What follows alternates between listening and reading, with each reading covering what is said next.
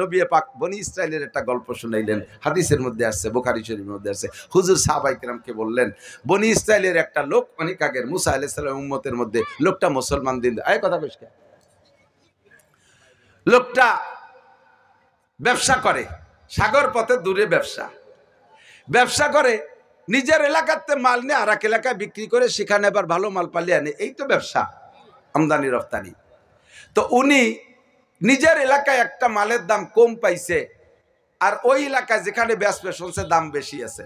এখন যে পরিমাণ টাকা আছে তাই দিয়ে পরিমাণ মতো মাল কিনতে পারতেছে না। এক লোকের কাছ থেকে 10 টাকা স্বর্ণের 10টা মুদ্রা কর্জ নিয়ে মাল কিনছে, ভাই আমি তোমাকে এই তারিখে এসে টাকা দেবো, এই তারিখে এসে টাকা দেবো ইনশাআল্লাহ। তো লোকটা তার কাছ থেকে টাকা নিয়ে ব্যবসা করতে গেছে, ব্যবসা করে মাল সত্যি লাভটা ভালোই করছে মাশাআল্লাহ, মনে মনে নিয়ত করছে যে টাকা তো টাইম মতো দেবই, সাথে কিছু হাত দিয়েও দিয়ে দেবো। এই অতিরিক্ত না বলা কন্ট্যাক্ট ছাড়া যার কাছ থেকে আপনি টাকা কর্জ নিয়েছেন তাকে যদি আপনি অতিরিক্ত 2, 4, 10, 20, 50, 100, 200, 5,000, 10,000 টাকা বেশি দিয়ে দেন, এই টাকা কিন্তু সুদ না, কিন্তু নির্ধারণ করে যদি দেন তাহলে সেইটা সুদ হয়। তো লোকটা সেভাবে নিয়ত করছে কিছু হাত দিয়েও নিয়ে যাব। টাইম মতো জাহাজে উঠছে, মাঝ নদী সাগরে আসলে তুমুল ঝড়ে জাহাজকে যে পোর্ট থেকে ছাড়ছে সে পোর্ট ছাড়িয়ে আরো কয়েকশো কিলোমিটার দূরে নিয়ে গেছে। এখন লোকটা কান্নাকাটি করছে, আল্লাহ আমি ওয়াদা করছি টাইম মতো টাকা দেবো, এই টাকা কিভাবে দেবো আল্লাহ। লোকটা পাগল হয়ে গেছে। এখন উনার চেষ্টা যদ্দূর উনি তো তা করবে, উনি একখান বাঁশ কাইটিয়া এখন বাঁশ পাইছে, বাঁশের 2 মাথা গিরে না, মাঝখানে তো ফাঁকা, এই বাঁশের 2 মাথার গিরে ঠিক রাখা মাঝখানে পকেটের মতো খানি খুঁজছে, ওর মধ্যে সে 10 দিরহাম ঢুকই দিয়ে আর সাথে একখান চিঠি লিখে দিয়েছে, বিষয়টা লিখে দিয়েছে, লিখে ওইটাকে তৎকালীন সমকালীন সিস্টেম অনুযায়ী লেমিনেটিং করে সাগরের ভিতরে ছেড়ে দিয়ে বলছে, আল্লাহ আমি এর চেয়ে বেশি আর পারার কায়দা নেই, এখন তো পোস্ট অফিস আর মানি অর্ডারের কোনো উপায় নেই, আমি এই পারছি, এই টাকা তুমি মালিককে পৌঁছাই দিও। বলবেন সুবহানাল্লাহ। ছেড়ে দিয়ে উনি অপেক্ষা করতেছে, যে তারিখে জাহাজ আসার কথা সেই তারিখ মতো ওই লোকটা ঘাটে আসবে, এই কথা হচ্ছে আপনি ঘাটে আসবেন, ঘাটের থেকেই টাকা দিয়ে দেবো, পোর্টের থেকে টাকা দিয়ে দেবো। কিন্তু ওই জায়গার থেকে জাহাজ ছাড়ছেই সেই তারিখে, পুনরায় ছাড়ছে সেই তারিখে, তাহলে তো হবেই না। তো উনি টাইম মতো বাস বইয়ে টাকা দিয়ে ছেড়ে দিয়েছে সাগরে ভাসাইয়া। সাগরের বাতাস পানিতেও দেখলো সেই লোকের বাড়ি যেদিক সে বাস যায় উল্টো দিক, ফিরে গুল্লি দিয়ে উনি দেখতেছেন গুল্লি দিয়ে আবার লাইন মতো চলা শুরু করছে, কিন্তু চলে যাবে কোন জায়গায়, বাস তো বাস বেশি চলে যাবে। উনিও ইয়াকিন করছে যে বাসের টাকা বাস পাবে না ঠিক মতো, আমার চেষ্টা আছে যতটুকু আমি করলাম। ওই লোকটা টাইম মতো পোর্টে আইসে অপেক্ষা করতেছে, দেখি জাহাজ আসে নাকি। তো ঝড়ের কারণে কোনো রুটের কোনো জাহাজ আসতেছে না, একটা জাহাজ আসতেছে মাত্র, দূরের থেকে দেখতেছে একটা বড় জাহাজ আসতেছে। সাগরের পাড়ে যারা গেছেন তারা জানেন, বিশাল সাগরের ভিতরে বড় বড় জাহাজ, দূরে থেকে যেন একটা মেজ লাইট ভাসতেছে, একটা কচুরি পাড়া ভাসতেছে, এরকম লাগে না? আর যত কাছে আসে তত বড় দেখা যায়, কিন্তু এই জাহাজটারে দূরিতে দেখা যাচ্ছে বড় জাহাজ, যত কাছে আসে তত জাহাজ ছোট হয়। আস্তে আস্তে খানিক পরে লঞ্চ হয়ে গেল, কদ্দূর আস্তে আস্তে তার নৌকো হয়ে গেল, নৌকো হতে তার ডিঙ্গি নৌকো হয়ে গেল, এই হয়ে যাচ্ছে। আর উনি ভয়ই পাচ্ছে, আল্লাহ কি দেখতেছি, কেন ভূত প্রেত দেখতেছি নাকি, সিস্টেমের সে উল্টো হয়ে যায় কে, তো দাঁড়ে আসবার বড় হবে, আর ও দূরি বাড়ো বড় ছিল কাছে এসে ছোট হয়ে যায় কে। এখন কয় যে যা থায় কবালে মরি বাসি, দেখেই যাবো এই মারে ভাতি জাহাজ কি জিনিস। আস্তে আস্তে দেয় যে একখান বাস, আস্তে আস্তে কাছে একখান বাস, একটু কোন সুবহানাল্লাহ। এই বাসখান চলে আইছে, বাসখান কাছে আইসা এখন উনি ভাবতেছে যে কি করব, পরের নদী সাগরে ভাষা পরের বাসে কি করবো, নেবো কি নেবো না। চিন্তা করলেন যে বাসের ভিতরে একটা অলৌকিকতা দেখলাম, তাহলে কি যেন থাকতে পারে বাসের মধ্যে, যদি কোনো কাজে নাও লাগে, বাসের তো কোনো মালিক নাই, এর কোনো ওয়ারেস নাই, বহু দূর থেকে আসছে, এর নিয়ে বাড়ি জ্বালাই পোড়াই ফেলবো, এই বলে ওই 2-3 মন করে বাস ঠান্ডা উঠোই নিয়ে বাড়ি নেবো। ওর কাছে এখন কুরল দাও দিয়ে ভাড়িয়ে দেই, এত ভিজে বাস, এত জাল দিতে পারো না, কুরল দিয়ে ভাড়িয়ে দেই। কুরল দিয়ে কোপ দেওয়ার সাথে সাথে চকচক করে 10টা স্বর্ণ মুদ্রা বেড়ে গেছে, সাথে একখান চিঠিও বেয়ে গেছে। চিঠিখান পড়ে দেখে যে ওই লোকের সম্পূর্ণ লেখা, সেইভাবে ঢুকইয়ে আবার বাইন্দে থইয়া বুকির সাথে জড়াই দিয়ে কানছে খালি, আল্লাহ তুমি এরকমই পারো, তুমি এরকমই পারো। ওয়াল্লাযীনা জাহাদু ফিনা লানাহদিয়ান্নাকুম সুবুলানা ওয়া ইন্নাল্লাহা লামাআল মুহসিনিন। যারা আল্লাহকে পাওয়ার জন্য চেষ্টা করে, আল্লাহ পাক রব্বুল আলামিন কয় তোমার চেষ্টা যেখানে যে শেষ হবে আমি আল্লাহ সেখান থেকে রহমতের হাত বাড়াইয়া টান শুরু করে দেব। ওই লোকটা নির্দিষ্ট সময়ের 1 সপ্তাহ পরে আসছে, আইসা ও তো জানে যে টাকা পাই নাই, জাহাজের থেকে নামতেছে ভয়ে কাঁপতে কাঁপতে, যাইয়া ডাইরেক্ট বাড়ি না যাইয়া ওই লোকের সেই টাকা, উনি জানে যে ও টাকা তো পাই নাই, টাকা তো তারা দিতে হবে। বাড়ির বাইরে যে সালাম দিচ্ছে, আসসালামু আলাইকুম আফিল ভাইতে ভোলান, ও ভাই বাড়ি আছেন, ভাই বাড়ি আছেন বললে লোকটা চলে আসছে। আসার পরে থরথর করে কাঁপতেছে আর মাপ চাচ্ছে, কয় ভাই ভাই এই কারণে আমি টাইম মতো আসতে পারি নাই, এই কারণে আপনার টাকা দিতে পারি নাই, ভাই আমারে মাফ করে দেন, ভাই আল্লাহর রাস্তে মাফ করে দেন। বিনয়ীর সর্বশেষ ওই লোকটা কয় ভাই টেনশন করেন না, লা তাহজান ওয়ালা তাখাফ, ভয় পেন না, টেনশন করেন না, আসেন ভিতরে আসেন। বুকের সাথে জড়াই ধরিয়া এই দিনাদারের মুখে 2টা চুমো খেয়ে কয় আপনি যে আল্লাহর ওলি, আপনি যে আল্লাহর কামেল বান্দা, এর মধ্যে কোনো সন্দেহ নাই, আসেন ভাই খেলা দেখে যান। ঘরে বসাইয়া বাসকান ঘরের থেকে আইনে কয় এই বাসকানরে চেনেন, এই বাসকান্ডে চেনেন? পাই না, বাজারটা কোথায় পাইছো? কয় যে জায়গা পাঠায় দিয়েছেন সেই জায়গায় পাইছি। আমার আল্লাহ আপনার মাল, আমার মাল আপনার পক্ষ থেকে আমার আল্লাহ নিজ কুদরতি হাতে সাগরে ভাসাইয়া টাইম মতো আমার কাছে পৌঁছাইয়া দিয়েছে। আপনি কর্জ নেওয়ার সময় যদি পরিশোধের নিয়ত রাখেন তাহলে আল্লাহ আপনার ব্যবস্থা করেই দেবে। আর নেওয়ার সময় যদি, বাকি কেনার সময় যদি নিয়ত থাকি ও গুরু বানি, তার কি জীবনও দিতে পারবেন না, কোনদিন পারবেন না। কথা কোন ঠিক কি ঠিক না? সরে চলে গেছি অনেক দূর।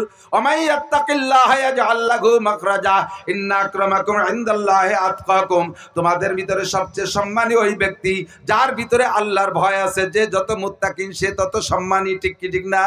গরিব হোক ধনী হোক, সামাজিক অসামাজিক যাই হোক, লোকটা আল্লাহর কাছে সম্মানী, মানুষের কাছে সম্মানী। এবার আল্লাহ পাক রব্বুল আলামিন বলেন লা তামুতুন্না ইল্লা ওয়া আনতুম মুসলিমুন। হে আমার অন্ধ জগতের অটল বিশ্বাসী পাগলরা, খেয়াল করতেছেন সবাই, আল্লাহ নিষেধ করেছেন তোমরা মরো না। আল্লাহ নিষেধ করছে তোমরা তো মরো না। তুমি দিয়ে টকে করে যে কুল্লু নাফসিন যায়কাতুল মউত, সবাই মরতে হবে, তা মারবো না, কিরম মরবো না? না মরে ভাই থাকবো কি রে? এ জায়গা কি কোনো সেনাবাহিনীর মতো বাড়ি আছে যে মরবো না, আমাকে বাড়ির দ্বারা আর্মি ঘুরতেছে, আজরাইল ঢুকতে পারতেছে না, এরকম নাকি? আল্লাহ কয় না, মরবা না, চানা মরবা, তবে একটা কাজ আছে, লা তামুতুন্না ইল্লা ওয়া আনতুম মুসলিমুন, মুসলমান না হইয়া মরবা না। একটুখান কি না হইয়া? মুসলমান না হইয়া মরতে নিষেধ করছে কে? জাহান্নামীরা বলবে রব্বানা আখরিজনা মিনহা ফাইন উদনা ফাইন্না জালিমুন। আল্লাহ যে অন্যায়ের কারণে এখানে অ্যারেস্ট হয়ে চলে আসছি, তুমি আরেকটা বার দুনিয়ায় পাঠিয়ে দাও, ওই আমল আর যদি কোনোদিন করি পুনরায় তুমি জালেম সাব্যস্ত করে আটকাই দিও, আর কোনোদিন কোনো কথা বলবো না। রব্বানা আবসারনা ওয়া সামি'না ফারজিনা না'মাল সালিহান ইন্না মুকিনুন। আরেকটা বার সুযোগ দাও, বের করে দাও মালিক। আবার যদি কোনোদিন এই অন্যায় করি তাহলে আর কোনো কথা থাকবে না, সব দেখতেছি চোখে, সামিনা বা আবসারনা বা সামিনা, চোখ দিয়ে সব দেখতেছি, কানেও সব হুড়ুম গুড়ুম শুনতেছি। আরেকটা বার পাঠিয়ে দাও, সুযোগ দাও একটা বার। এই বাক্য বলে চিৎকার মারবেন কতকাল? ৭০ লক্ষ বছর। একটাই কথা, আখরিজনা মিনহা, আখরিজনা মিনহা, আখরিজনা মিনহা ফাইন উদনা ফাইন্না জালিমুন। আরেকটা বার বের করে দাও, পুনরায় যদি এই অন্যায় করি তাহলে জালেম সাব্যস্ত করে যা বিচার করবার কথা থাকবে না। ৭০ লক্ষ বছর পর আল্লাহ একটা জবাব দিবেন। জবাবটা পজিটিভ না নেগেটিভ? কি বলবেন? ইকসাউ ফিহা, ইকসাউ, পড়ে থাক, ফিহা, এই জাহান্নামের ভিতরে, ওয়ালা তুকাল্লিমুন, আমার সাথে কোনো কথাই হবে না, আমার সাথে কোনো কথাই হবে না। আল্লাহর সাথে যদি কথা বলার সুযোগ না থাকে, ও জায়গাতে অন্য কোনো অফিসার নাই যে পিছন পাশতে যে কয়টা ঘুষ দিয়ে তার রাজি একটা কায়দা বার হয়ে গেলাম। আছে নাকি অফিসার? ঘুষ করে অফিসার থাকবে? কোনো কায়দা হবে না চাচা। আল্লাহ কয়ে দিয়েছে লা তুকাল্লিমুন, আমার সাথে কোনো কথা হবে না, ইকসাউ, পড়ে থাক। আলাম ইয়াতিকুম নাজির, আলাম ইয়াতিকুম নাজির, তোমাদের কাছে কি আমার কোনো নাজির যায় নাই? নাজির মানে কোর্ট কাছারির নাজির না, ভীতি প্রদর্শক। তোমাদের কাছে কি কোনো বক্তা যায় নাই? মুফতি নুরুল আমিন যায় নাই? শিব্বির আহমদ মুস্তাক আহমদ যায় নাই? রুহুল আমিন শামসুল হক যায় নাই? শাইখুল হাদিস আল্লামা আজিজুল হক যায় নাই? আলাম ইয়াতিকুম নাজির, ভীতি প্রদর্শক কি তোমাদের কাছে যায় নাই? আলাম ইয়াতিকুম নাজির। আজকে আমাকে বড় বড় মোটা মোটা অফার দিচ্ছ, লোভ দিচ্ছ, ক্যা যাই নেই? বক্তারা বলে নেই? ও জায়গা তো আর মিথ্যে কথা বলার কায়দা নেই। সাথে সাথে বলে উঠবেন, ক্বালু বালা ক্বাদ জাআনা নাযীর। রব্বুল আলামিন এসেছিল বক্তারা, ফাকাদ্দাবনা, তাদেরকে মিথ্যে বলে উড়াই দিছি। ওয়াকুল্না, আর বলছি কি, মা নাযালাল্লাহু মিন শাই, এগুলো আল্লাহ কিচ্ছু বলে নাই, তোমরা বানায় বানায় বলো। 2 দিন আগে এই মোংলার ওই এলাকায় বিএনপির এক নেতা স্টেজে উঠে কয়, এ কোরআন ফুরান এক বাউতাবাজি। মুসলমানের সন্তান বিএনপির নেতা কয় কোরআন ফুরান এক বাউতাবাজি। সারা মিডিয়া তো গরম হয়ে গেছে, কোরআন ফুরান বাউতাবাজি। তুই যে বলিস এই কথা কিয়ামতের ময়দানেও বলবি, স্বীকার করা লাগবে। ফাকাদ্দাবনা ওয়া কুলনা মা নাযালাল্লাহু মিন শাই, বলেছি এগুলো কিছুই না, মিথ্যা সব। আজকে ধরা পড়ে গেছি। গলাবাত আলাইনা শিকওয়াতুনা, আমাদের উপরে আমাদের দুর্ভাগ্য প্রাধান্যতা লাভ করেছে, আমরা হতভাগ্য। আয় আল্লাহ, ইয়া ওয়াইলানা লাইতানি ইত্তাখাযতু মা'আর রাসূলি সাবিলা, কপাল যে কি পুড়া পড়ছে, রসুলের সাথে, নবীদের সাথে, উলামায়ে কিরামের সাথে, ধর্মের সাথে চিকুন একটা সুতো যদি বাঁধে রাখতাম, তাহলে হুজুররা সেই সুতো দিয়ে টাইম দিয়ে বের করে নিয়ে যেত। কোনো সুতো মুতো রাখি নেই, হুজুরকে 14 গোষ্ঠী উদ্দরুরে দিছি। কথা কন, যা কিছু করেন না কেন দোস্ত, জায়গা হাত দেবেন না। শরীরের আর যে জায়গা হাত দেন, কিছু কিছু অজায়গা আছে, ও জায়গা হাত দিয়েন না, তাহলে কেউ সহ্য করতে পারে না, লাথি দিয়ে চিৎ করে ফেলাই দেয়, ঠিক কিনা? যে জায়গায় হাত দেন না কেন, আ জায়গা হাত দিয়েন না। একে চশমে জাদান গাফেলা যা শাহনাবাসী, একে চশমে জাদান গাফেলা যা শাহনাবাসী, শায়াদ কেনে গা কুনাদা গাহনাবাসী। আপনি যার গায়ে হাত দিয়েছেন তার কিন্তু উপরের সাথে একটা হটলাইন আছে, থাকতে পারে কি পারে না? আপনি তো রাত্রি আমার সন্ধ্যে রাত্রি এক ঘুষি দিয়ে যাচ্ছি তো ঘুমাই রয়েছেন, আমি দিন ভরে ফোন করছি, সে মালিক আমার ফোনে রিসিভ করে না।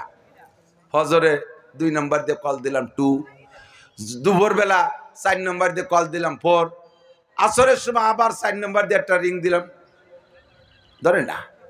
মাগরিবের সময় আবার 3 নম্বর দিয়ে একটা কল দিলাম, ধরে না।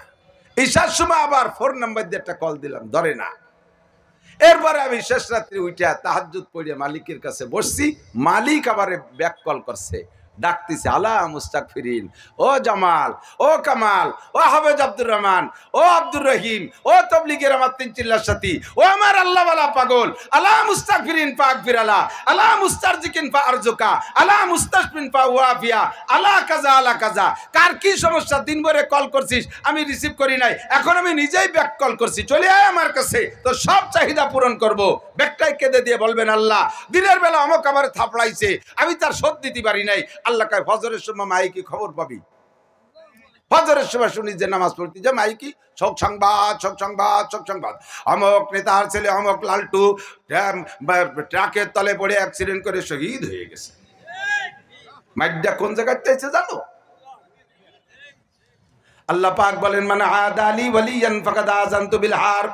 প্রাণ প্রিয় আমার গোপালগঞ্জবাসী, নিজেদেরকে বাঁচানোর জন্য ওয়াজ আমার আলাদা, সব আমার আপন, সব আমার আপন। একজন যাতে কিয়ামতে ধরা না খান, একটা পরামর্শ দিয়ে যাই, কোন রাজনৈতিক প্রেক্ষাপটকে সামনে নিয়া কোন দলকে সমর্থন করে জাগা ওয়া জাগা হাত দেবেন না। আল্লাহ কয়, আমারে মার, আমি কিছু বলবো না, আমার পদ নিয়ে কাড়াকাড়ি কর, কিছু বলবো না, আমার ক্ষমতা নিয়ে টানাটানি কর, কিছু বলবো না, আমার পদ রব নিয়ে কাড়াকাড়ি করাও আমি কিছু বলবো না, আমার ইব্রাহিমের গায়ে হাত দিতে সহ্য করতে পারবো না, আমার মুসার গায়ে হাত দিতে আমি সহ্য করতে পারবো না, আমার মোহাম্মদের গায়ে হাত দিস না, আমি সহ্য করতে পারবো না। আরে হাতি খাও খাও, হাতির বাচ্চা খাইও না। বুড়ো হাতিরে খেয়ে ফেললে প্রতিশোধ দেওয়ার কেউ থাকে না, বাচ্চাটা খাইয়ে ফেললে বুড়োটা কিন্তু বেঁচে থাকলে প্রতিশোধ না নিয়ে ছাড়ে না। জান্নাতে যাইবো, জাহান্নামে যাওয়ার পরে চিৎকার মারলে কোনো কাম হবে না। কথা কি বোঝা যায়? খেয়াল করবেন তো ইনশাআল্লাহ। সতর্ক থাকবেন, সতর্ক থাকবেন। আমার জান্নাতে যেতে হবে। আমার নেতা আমারে বাঁচাবে না, আমার কেউ আমারে বাঁচাবে না। আমার বাঁচা আমাকেই বাঁচতে হবে, আমার বাঁচা আমাকে বাঁচতে হবে। আমার আল্লাহ বাস করে বলে কু আনফুসাকুম, আরে আগে নিজে বাঁচো, পরে প্রতিবেশীরে বাঁচাও। আগে নিজে বাঁচো, নিজে বাঁচলে বাপের নাম, নিজে বাঁচলে বাপের নাম। আরে নিজেই যদি বাঁচলাম না, তার বাপের নাম বলার কি দরকার? আমাকে বাঁচতে হবে। আল্লাহ পাক বড় মহব্বতের সাথে আমারে আপনারে ডাক দিচ্ছে, এদিক তাকান। ইয়া আইয়ুহাল্লাযীনা আমানু, বড় মহব্বতের ডাক। হে আমার অন্ধ জগতের অটাল বিশ্বাসী পাগলরা, ইয়া আইয়ুহাল্লাযীনা আমানু, হে আমার অন্ধ জগতের অটাল বিশ্বাসী পাগলরা। দুনিয়ার নাম হলো অন্ধ জগৎ। কি জগৎ? যে জায়গায় বৈশা অন্ধকারে, গভীর অন্ধকারে যেমন ডানি বামে কিছু দেখা যায় না, দুনিয়ায় বৈশা আল্লাহরে দেখা যায় না, জান্নাত দেখা যায় না, জাহান্নাম দেখা যায় না। আছে না নাই? একটু স্বীকার করেন, জান্নাত আছে, জাহান্নাম আছে, আল্লাহ আছে। দেখছি, দেখছি না, দেখলিও দেখার চাইতে মানি, ঠিক না? জান্নাত আছে, জাহান্নাম আছে, পুলসিরাত আছে, হাসর আছে, নাসর আছে, মিজানের দাঁড়িপাল্লা আছে, হিসাব হবে, নিকাশ হবে, ফেরেশতা আছে, কবর আযাব আছে, কবরের শান্তি আছে। একটাও দেখি নাই, আমার দেখারও দরকার নাই। যে লোকটা দেখছে, যে ব্যক্তি দেখছে, সে ব্যক্তির চাইতে সত্যবাদী জগতে কেউ নাই। বিশ্বনবী মুহাম্মদুর রাসূলুল্লাহ সাল্লাল্লাহু আলাইহি ওয়াসাল্লাম, আমরা 1 কোটি মানুষ সচক্ষে দেখলে যতটা সত্য হবে, আমার নবী একা না দেখে বললো তার চাইতে বেশি সত্য হবে,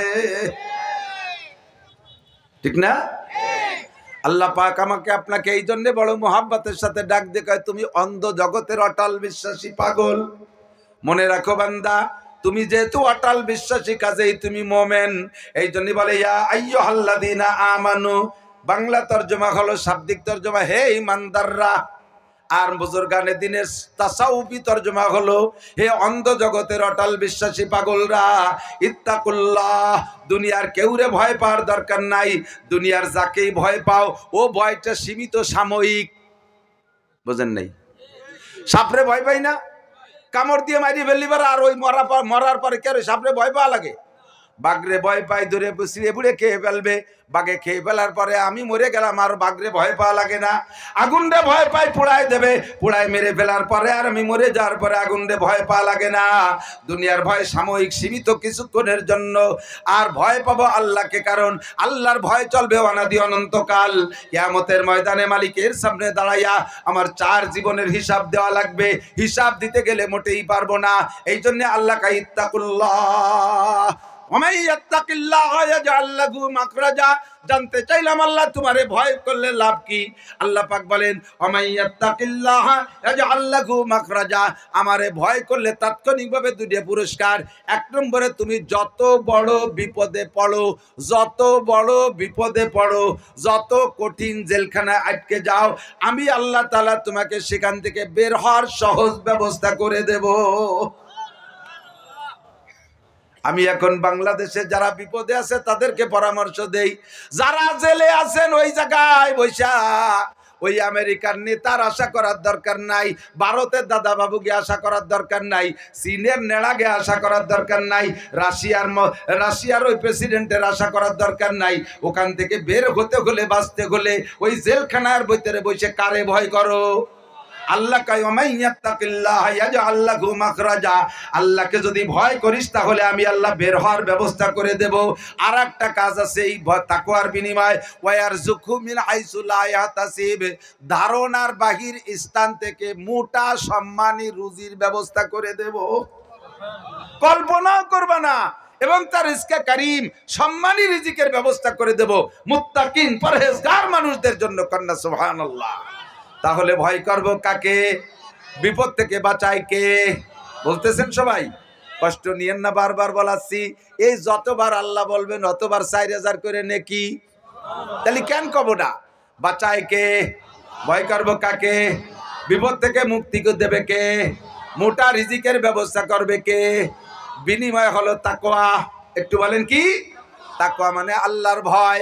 যার ভিতরে ভয় আছে আল্লাহ পাক তারে আরেকটা পুরস্কার দেয়, সেটা হলো ইন্না আকরামাকুম ইনদাল্লাহি আতকাকুম। সমাজে সবচাইতে বেশি সম্মানী তোমাদের মধ্যে ওই ব্যক্তি যার মধ্যে আল্লাহর ভয় যত বেশি। বুঝেন নাই? আল্লাহর ভয় যার আছে, ও লোকটা মিথ্যে কথা বলতে পারে, নামাজ ছাড়তে পারে, জেনা করতে পারে, নয়ছয় করতে পারে। সমাজে খারাপ হয় যে কারণে, এর একটা কারণও যে লোকটা করে না, ওই লোকটা সম্মানী হতেই হবে, তাই সে গরিব মিসকিন যাই হোক না কেন। ঠিক না? বিশাল ধনী মানুষ সকালে একটা কয়, বিকেলে আর একটা কয়। বিশাল বড় নেতা মোটা মোটা অফার দিয়ে যায়, বুঝছেন না? মোটা মোটা অফার দিয়ে যায় নেতারা, আর মেম্বার থেকে নিয়ে উপর পর্যন্ত কোনো দলের নাম কওয়া লাগবে না, সব দলে আছে। কোন চাষি বা কোন সিন্নি কাজম সব দলেই আছে, মোটা মোটা অফার দিয়ে যায়। আমি এতদিন হা করেছি, ও হা করেছি, তাহা করেছি, আগামীতে আর একটা চান্স দেন, দেখেন কি করে ছেড়ে দেয়। রাস্তাঘাটে খাল বানায় দেবো, 12 মাস কাল নৌকা বেয়ে বেড়াবেন, আসমান ভেঙে জমিনে নামাবো, লাঠির মধ্যে মুগুর ভরিয়ে ছেড়ে দেবো। ভোট দিয়ে ছাড়ি দেয়। নেতা যা ঢাকা টঙ্গের বার বসে থাকে, বাটি চালান দিয়েও ভাবা যায় না। নেতার সাথে মুসাফা করতে ঢাকা যাওয়া লাগে। পায়খানার মধ্যে বসে রয়েছে বাড়ি, হন্দিরিকা কোথায় ঢাকা। আসলে এই ঢাকা, পায়খানার মধ্যে তো ঢাকা রয়েছে, ও তো খোলা না। মিথ্যে কথা কয় না, কথা কারণ ধোকা দেয় কি দেয় না, ফাঁকিবাজি করে কি করে না। ওর 5 পাইরও দাম দেইনি আমি। যত বড় পীর হোক, যত বড় দামি নামি বক্তা হোক, যদি ওয়াজের দাঁত রেখে মিস করে, ওর আমি 1 পয়সারও দাম দেই না। একটা রাস্তাঘাটের ফৈতো গাইটো বাদামি চাইতে বেদামি মনে করি আমি। ওয়াজের দাঁত রেখে আসেন, আবার পীর কলে, আবার বক্তা কলায়, এগুলি 1 পয়সারও দাম নাই। সম্মান শেষ। আল কারিবি জাওয়াদা ওয়াফা। সম্মানী সেই ব্যক্তি যে ওয়াদা করে তা পূরণ করে। কথা কোন ঠিক কি ঠিক না? ওয়াদা করবা, খিলাফ করবা। তুই যত বড় পীর হও, তোর 5 পয়সারও দাম নাই। যত বড় বক্তা হস, তোরে আমি লাইতে হইও না। যত বড় আলেম, যত বড় নেতা হও, তোমার দায়িত্ব আমি গেছি না। ওয়াদা খিলাফ করিয়া একেবারে অনার্থক। সন্ধ্যে এই তো আইছি, এই তো আইছি, কদ্দূর পদ্মা সেতু পার হয়েছি, এরপর তো সন্ধ্যের আগে ফোন বন্ধ। কর্তৃপক্ষ দাওয়াত দিয়ে কত বড় বিপদে পড়ে। ঠিক কি ঠিক না? রাগ করে না, দাগ করেন, যা কবতা কই ফেলেছি। উচিত কথা কবরে বাঁচি, তাইতে আর একবার আসি আর না আসি, নাকি করেন? সাবধান, ইন্না আকরামাকুম। যার ভিতরে আল্লাহর ভয় আছে, সে লোকটা সাধ্য অনুযায়ী ওয়াদা খিলাফ করতে পারে। সংক্ষেপে একটা কথা বলি, যে ওয়াদা পূরণ করার ইচ্ছা করে, আল্লাহ তাআলা তাকে ব্যবস্থা করে দেয়। নিজেই বলেছেন, আল্লাহ পাক নিজেই বলেন, যে ব্যক্তি আমাকে পাওয়ার চেষ্টা করে, আমি আল্লাহ তাআলা তার জন্য হাজারো দরজা খুলে দেই। আমার নবী বললেন, বুনিয়াল ইসলাম আলা খামস। ইসলামের ভিত্তি 5টা। ইসলামের ভিত্তি কয়টা? এই 5টি ভিত্তি ঠিক রাখতে হবে। 5টা ভিত্তি, মানে 5টা খুঁটি। এই যে 5টা খুঁটির উপরে একটা ছাদ দিছি, আছে না দাঁড়াইয়া? একটা খুঁটি যদি মারিয়ে দেই, থাকবে? ছাদ পড়ে যাবে। প্র্যাকটিক্যাল ওয়াজ। 5 খুঁটির 1 খুঁটি মেরে দিলে ছাদ থাকবে না, 2 খুঁটি মেরে দিলেও ছাদ থাকবে না, 3 খুঁটি মেরে দিলে তো ছাদ দাঁড়াতেই পারবে না। আর অনেকের আছে নামে মোমেন, শুধু মুসলমান, নামে মুসলমান, খুঁটি একটাও নাই। কথা কান? তাহলে খুঁটি কয়টার নাম কান? কি কি? শাল, সুন্দর, সেগুন, মেহগুনি। কি খুঁটি হবে? ইসলামের 5টা খুঁটি। 1 নম্বরে শাহাদাতি আল্লাহ ইলাহা ইল্লাল্লাহ। একটা খুঁটি বানাই ফেলি, আশহাদু আল্লাহ ইলাহা ইল্লাল্লাহ ওয়া আশহাদু আন্না মুহাম্মাদান আবদুহু ওয়া রাসূলুহু। খুঁটি একটা হয়ে গেছে। মুখে একটু তরজমাও বলতে হবে, নইলে খালি আরবি পড়ে তুই কি কইছিস তাই তো জানি না। হ্যাঁ, তাহলে বুঝে শুনে কলেমা পড়তে হবে না। আমি বলেন, আমি সাক্ষ্য দিতেছি আল্লাহ ছাড়া কোনো মাবুদ নাই। মনের থেকে সাক্ষী দিয়েছেন, সত্যি সত্যি। 2 নম্বরে আরো সাক্ষ্য দিতেছি মুহাম্মাদুর রাসূলুল্লাহ ছাড়া কিয়ামত পর্যন্ত আর কোন রসুল নাই। আগে ছিলেন, কিয়ামত পর্যন্ত আমাদের নবী ছাড়া আর কোন রসুল। এ কথা আপনি একমত? শুধু গোলাম মোহাম্মদ কাদিয়ানি আসতে পারে, নবী হতে পারে। জুতো যে বাড়াই দেবো আর কেউ নবুয়তি দাবি করলি, ঠিক না? গোপালগঞ্জের থেকে বাড়ি শুরু হবে আগে। শয়তান নবী কল্লাতেই আমাকে বাড়ির দ্বারে। আমার নবী ছাড়া আর কোন নবী রসুল নাই, ও দরকার নাই। বাস ইসলামের এক ভিত্তি। আর সাইডে কন ইকামিস সালাহ, 2 নম্বর হলো নামাজ কায়েম করা। নামাজ নামাজ আমরা বলি কি, কেউ কি কন যে আসরের নামাজ কায়েম করি আসি, কি বলেন? পড়ি, রোজা রাখি, রোজা, হজ, যাকাত, তিলাওয়াত করি, নামাজ পড়ি। অথচ আল্লাহ কোন জায়গা কোরআন শরীফের ভিতরে বলে নাই পড়ার আরবি হলো ইকরা। পড়ার আরবি কি? কোন জায়গা বলে নাই ইকরা ইসসালাহ, ইকরাউস সালাহ। আল্লাহ বলে নাই যে নামাজ পড়ো, আল্লাহ সব জায়গায় আকিমুস সালাহ। তাহলে বোঝা যায় যে এর মধ্যে একটা মাইর পেঁচ আছে। মাইর পেঁচ কি? আকিমু আর একামাত এর মানে কি? এর মানে হলো, একামতের মানে হলো প্রতিষ্ঠিত করা। বুঝেন? একামতের মানে কি? প্রতিষ্ঠিত করা। এই নামাজের ভিতরে যে একামত দেয় না, তার মানে নামাজ প্রতিষ্ঠিত হতে যাচ্ছে, নামাজ কায়েম হতে যাচ্ছে, বাস্তবায়ন হতে যাচ্ছে, এই জন্য ওর নাম একামত। তো একামতের মানে হলো প্রতিষ্ঠিত হওয়া। এই একামত নামাজকে আল্লাহ প্রতিষ্ঠিত করতে বলেন। তাই জানতে চাইলাম আল্লাহ নামাজের প্রতিষ্ঠিত কি? আল্লাহ কায় নামাজের প্রতিষ্ঠিততা হলো উতলুমা উহিয়া ইলাইকা মিনাল কিতাবে ওয়া আকিমিস সালাহ ইন্নাস সালাতা তানহা আনিল ফাহশাই ওয়াল মুনকার।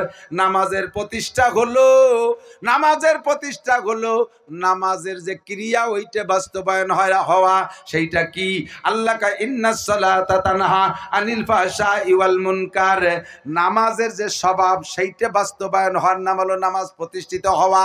আর সেইটা হলো নামাজে নামাজিকে সকল প্রকার অন্যায় থেকে ফিরায়। শুনতে শুনতে কান তেলসা হয়ে গেছে, আর ভালো না লাগার কথা, তারপরে আর একটু শোনার জন্য অনুরোধ করি। এদিক তাকান। নামাজের বাস্তবায়ন হলো, নামাজের প্রতিষ্ঠা হলো, নামাজের যে কাজ ওইটা প্রমাণ হওয়া, সেটা হলো নামাজে নামাজিকে সব অন্যায় থেকে ফিরায়। 1 নম্বরে ব্যক্তিগত জীবনের অন্যায়। আমার দিক তাকান। ব্যক্তিগত জীবন, বডি দিয়ে মানুষ 6 অঙ্গ দিয়ে অন্যায় করে। কয় অঙ্গ? 6 অঙ্গ দিয়ে অন্যায় করে। 1 নম্বরে 2টা চোখ, 2 নম্বরে জিহ্বা ঠোঁট, 3 নম্বরে কান, 4 নম্বরে 2টা হাত, 5 নম্বরে শরমগা, 6 নম্বরে 2টা পা। পা দিয়ে গোনার জায়গায় হাইটা যায়। এবার ওখানে যে যে ধরনের যা করার, চোখ দিয়ে দেখার দরকার হলি দেখে, কান দিয়ে শোনার দরকার হলি শোনে, মুখ দিয়ে কিছু বলা বা করার দরকার হলি করে, হাত দিয়ে কিছু করার দরকার হলি করে, শরমগার কাজ থাকলে সেগুলো করে। একেবারে মূল রাহবারি করে আলো পায়। তখন তোমার 6টা অঙ্গ কন্ট্রোল হবে, বুঝবা নামাজ কায়েম হইয়া গেছে। যতক্ষণ পর্যন্ত চোখে টেলিভিশন, ফেসবুক আর ন্যাংটা ছবি দেখার শখ করবে, ওদিকে নামাজ পড়তেছেন, বুঝবেন যে নামাজ চোখের মধ্যে কায়েম হয় নাই।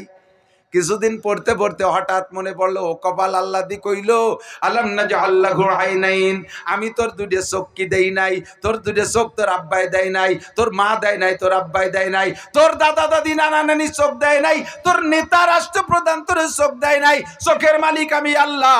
আরে যেই মালিক চোখের আল্লাহ, ওই মালিক ইচ্ছা করলে আমার চোখের পাওয়ার কেড়ে নিয়ে যেতে পারে। আমি চোখ দিয়ে এত অন্যায় করি, আবার নামাজও পড়ি, আমার চোখে আর অন্যায় করারও যাবে না। আতঙ্ক সে চোখে কন্ট্রোল করে বেলাইছেন। ও চোখ আর খারাপ কিছু দেখতে দেব না। দেখলে কোরআন দেখবি, দেখলে হাদিস দেখবি, দেখলে আব্বার দিক তাকাবি, তাকাইলে মায়ের দিক তাকাবি, তাকাইলে ছেলে মেয়ের দিক তাকাবি, তাকাইলে বোর দিক তাকাবি, তাকাইলে ভাই বোনের দিক তাকাবি। হারাম জায়গা তোরে আর দেখতে দেব না। এখনো জিহ্বা কন্ট্রোল হয় নাই। জিহ্বায় বিড়ি খাইতে চায়, গাঁজা বা ফেন্সিডিল হিরোইন খাইতে চায়, জিহ্বায় মদ গাঁজা খাইতে চায়, জিহ্বায় সুদে টাকা ঘুষে টাকা পার্থক্য করে না, জিহ্বায় চুরা টাকা ডাকাতি করা পার্থক্য করে না, জিহ্বায় অকথ্য ভাষায় গালাগালি কাজাকাজি করে, জিহ্বাতে গীবত শিকায়েত করে, কিন্তু চোখ দূরে ভালো হয়ে গেছে। বুঝবেন নামাজ আপনার চোখের মধ্যে কায়েম হয়েছে, এখনো জিহ্বার মধ্যে হয় নাই। কিছুদিন পড়তে পড়তে এবার হঠাৎ মনে পড়ছে, ও কপাল মাওলানা নাসির সাহেব তো বললো, আল্লাহ পাক বলেছেন আলাম নাজআল লাহু আইনাইন ওয়া লিসানাও ওয়া শাফাতাইন। তোর 2টো চোখ আমি আল্লাহ দিয়েছি, তোর জিহ্বা ঠোঁট আমি দিয়েছি। আরে চোখরে যেমন কন্ট্রোল করেছিস, জিহ্বা ঠোঁটরে কন্ট্রোল কর, নইলে আমি আল্লাহ জিহ্বা টাইনে ছিঁড়ে ফেলাই দিতে পারি। বেঁচে থাকার ভিতর তো লাস্টের 10 বছর প্যারালাইসিসে পড়ে থাকবি, কথা বলতে পারবি না, খালি নালাবি আর আউ মাউ খাও মাই উঠবি আর কানবি। তোর জিহ্বার পাওয়ার আমি কেড়ে নিয়ে যাব, পারে কি পারে না? এই ভয় ঢুকছে। বুঝবেন এবার জিহ্বা কন্ট্রোল। ও জিহ্বা মরিও যদি যাই, তোর উপরে হারাম কিছু দেব না। ও জিহ্বা হারিয়েও যদি যাই, জেলও যদি কাটি, ফাঁসিও যদি আমার হয়ে যায়, এই জিহ্বা যে তোরা মিথ্যে কথা বলতে দেব না, গীবত শিকায়েত করতে হতে দেব না। জিহ্বা কন্ট্রোল হয়ে গেছে, বুঝবেন চোখ আর জিহ্বার মধ্যে নামাজ কায়েম হয়েছে, কিন্তু হাতে কথা শুনে না। পরের মাইয়ে পালিয়ে গায়ে হাত দেয়, পরের জিনিস পালিয়ে হাত দেয়, রাস্তায় মুসা ধরে টাকা বেঁচে এদিক ওদিক যাইয়ে দৌড়িয়ে উঠে পকেটের মধ্যে ঢুকেছে, যাইয়ে গোপালগঞ্জিতে বড় বল মাছ একটা কিনে নিয়ে রাত্রি খাইয়ে মোনাজাত করছে, রব্বানা আতিনা ফিদ দুনিয়া হাসানা, আল্লাহ তুমি আমার দুনিয়া আখিরাতের হাসানা দাও। আল্লাহ কাই সুরা টাই দিয়ে ফতে ভেলা নিয়ে টাই দিয়ে বল মাছ কিনে খাই হাসানা, তোর হাতে আশা ধরাই দেবো শয়তান। ওই টাকা ফেরত দিয়ে আয়, নইলে হাসানা হবে না। কথা কন না কে? হাত কন্ট্রোল হয় নাই, হাতে অন্যায় করে, পরের গায়ে আক্রমণ করে। নামাজে এখনো তোমার হাতের মধ্যে কায়েম করে নাই নামাজ, এজন্য তোমার হাতে অন্যায় করে। কিছুদিন পরে এবার মনে পড়ল, আল্লাহ উলামা ইকরাম তো কইলো আল্লামা নাকতিমু আলা ফাহিহিম ওয়া তুকাল্লিমুনা আইদিহিম। ও কপাল, যে হাতরে খুশি করতেছি, এই হাতই নাকি কিয়ামতে আমার বিপক্ষে সাক্ষী দেবে। এই হাতে বলবে আমি চুরি করছি, অন্যায় করছি। এই হাতরে আনন্দ দিছি, কিন্তু হাত আবার বিপক্ষে। ও হাত তোরে দেওয়ার অন্যায় করতে দেব না। বাস হাত কন্ট্রোল হয়ে গেছে, বুঝবেন নামাজ হাতের মধ্যে কায়েম হয়ে গেছে। কিন্তু কানে মমতাজ মনির খান আলমগীর, জারি যাত্রা, করসা, গাজীর গান, গুণযাত্রা, তারপরে ওই বাউল গান ফাউল গান, এগুলো শুনতে বড় ভালো লাগে। উলামা ইকরামের নামে গীবত শিকায়ত করলে খালি শুনতে মনে কি করলো, তারপরে হুজুরির নামে কি করলো, দেখলে কান আগই আগই শোনে, আছে না? কানের স্বভাব পাল্টে নাই, আর সাইডে ভালো হয়ে গেছে, আর তিনটে ভালো হয়ে গেছে, কানের স্বভাব পাল্টে নাই। হঠাৎ একদিন মনে পড়ছে, আল্লাহ কানের মালিক তো আমি না, আমার আল্লাহ শ্রবণ শক্তি দিয়েছে, ইচ্ছা করলে কানের পাওয়ার কেড়ে নিতে পারে কি পারে না? ও কান, আর তোরে খারাপ জায়গা নেব না, নুরুল আমিন সাহেবের বয়ান শুনতে নেব, আরে উলামা ইকরামের বয়ান শুনতে নেব, কোরআনে কারিমের তিলাওয়াত শুনব, রাতের বেলা ওয়াজ কানে লাগাই দিয়ে ঘুমাবো। কান তোরে আর মমতাজ মনির খান আলমগীরের গান শুনতে দেব না। এই বাস এবার কানের মধ্যে নামাজ কায়েম হয়ে গেছে, কিন্তু শরম গাছ সাথে মোটে পারতেছেন না, লজ্জাস্থানও ভাগ পালি অন্যায় করে বসে। ও মোটে বড় ভাজিল, ও ভাজিল ওটা ঢেয়ানো যাচ্ছে না। হঠাৎ করে একদিন মনে পড়লো, আল্লাহ জাহান্নামের ভিতরে সবচেয়ে বড় শাস্তি হবে শরমগার সাথে অন্যায় করছে যারা, শরমগা দিয়ে অন্যায় করছে যারা, ভিতরে আতঙ্ক। ও শরমগা, আর তোরে বেয়াদবি করতে দেব না, এখন থেকে কন্ট্রোল, এখন থেকে কন্ট্রোল, হারাম জায়গা যাইতে দেব না। এবার ওখানে নামাজ কায়েম হয়ে গেছে, পাঁচটা ঠিক হয়ে গেছে, কিন্তু চাকা দুইটার সাথে মোটে পারে না, খালি ঠেলিয়ে নিয়ে যায় চার দোকানে, চল একটু ঘুরিয়েছি, চল একটু ঘুরিয়েছি। আর বাংলাদেশের চার দোকান হয়েছে মিনি সংসদ ভবন, ওই জায়গা বসে যা বুদ্ধি দেয় হাসিনে খালেদা তাই দিয়ে দেশ চালায়। এমন পাকা পাকা বিনা ভোটে সংসদ সদস্যরা, এখানে নির্বাচন লাগে না, উরে পাকা পাকা বুড়ো বুড়ো কথা কয়। হাসিনের কোনো বুদ্ধি নাই, খালেদা লেয়া পড়া জানে না, এর সাথে এক নুস্য দামলা বুদ্ধি ঠিক কোনো কাজ নাই। বুড়ো সকালে তেনে রাত 11টা পর্যন্ত বসে থাকে, এই চাকা কন্ট্রোল হয়নি। হঠাৎ করে কো চাকা, কতজন এই রাস্তা দিয়ে হাঁটছে, গাড়ির তলে পড়ে পঙ্গু হয়ে গেছে, তুমি একদিন সাইজ হয়ে যাবা, আর জায়গা যাওয়া যাবে না। বা স্বয়ংকে নামাজ কায়েম হয়ে গেছে, কন্যা সুবহানাল্লাহ। এর নাম হলো নামাজ কায়েম করা। কতক্ষণ এই কায়েম করার জন্য বুদ্ধি দেয় যে ভাই আসেন একটু নামাজ পড়েন, আসেন একটু নামাজ পড়েন। তা কি কয় জানেন? কয় যে আর কিছু সামনে কিছু আকাম কুকাম আছে, ভালো হইয়ে একবারে পড়বো। নামাজ পড়বে কবে? ভালো হইয়ে পরে পড়বে। একজন বিছানে শুয়ে কেতরাচ্ছে, জন্মের অসুস্থ, তারে কলাম যে তুই একটু ডাক্তারের কাছে যাস, শুয়ে শুয়ে আর কতক্ষণ কষ্ট হবে, একটু সুস্থ হয়ে নেই, শেষে যাবানি, সুস্থ হইয়ে ডাক্তারের কাছে যাবে। এই কথাটা যেমন ভালো হইয়ে নামাজ পড়বে, সে কথাটাও তেমন। কথা বল না কে? আল্লাহ কয় নামাজে তোরে ভালো বানাবে, আর ও ভালো হইয়ে নামাজ পড়বে।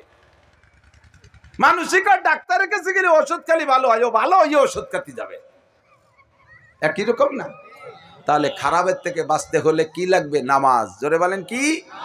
সামনে রোজা, যাকাত আর হজ তিনটে থাকলো, আরো তো দুই হুজুর রয়েছে, দুই হুজুর দেড় ভাগ করে কলিবার আজকের খোলা উঠে যাবে ইনশাআল্লাহ। তা আমরা নামাজ কায়েম করার জন্য প্রস্তুত? একটু বলেন প্রস্তুত? আজকের ঈশান নামাজ এই মাঠে হবে। যদি কেউ উঠে যান, আমি তো চলে যা লাগবে, আমার এক জায়গায় মাহফিল আছে, আমার আমি আলাদা হয়ে নিচ্ছি। এখানে বড় জামাতের সাথে আজকে ঈশান নামাজটা কায়েম করতে রাজি কারা কারা? অন্তর থেকে হাত জাগাইছেন? মিস করবে না, বড় জামাতে নামাজ পড়ার মজাই আলাদা, ঠিক না? রমজানে রোজা রাখবো, তৌফিক হলে যাকাত দেব, আর সুযোগ পেলে তৌফিক হলে হজ করব। ইসলামের ঘুঁটি 5টা। এ যদি পূর্ণ করেন তাহলে দুকুল ফিস ইসলাম, ইসলামের ভিতরে পরিপূর্ণ দাখিল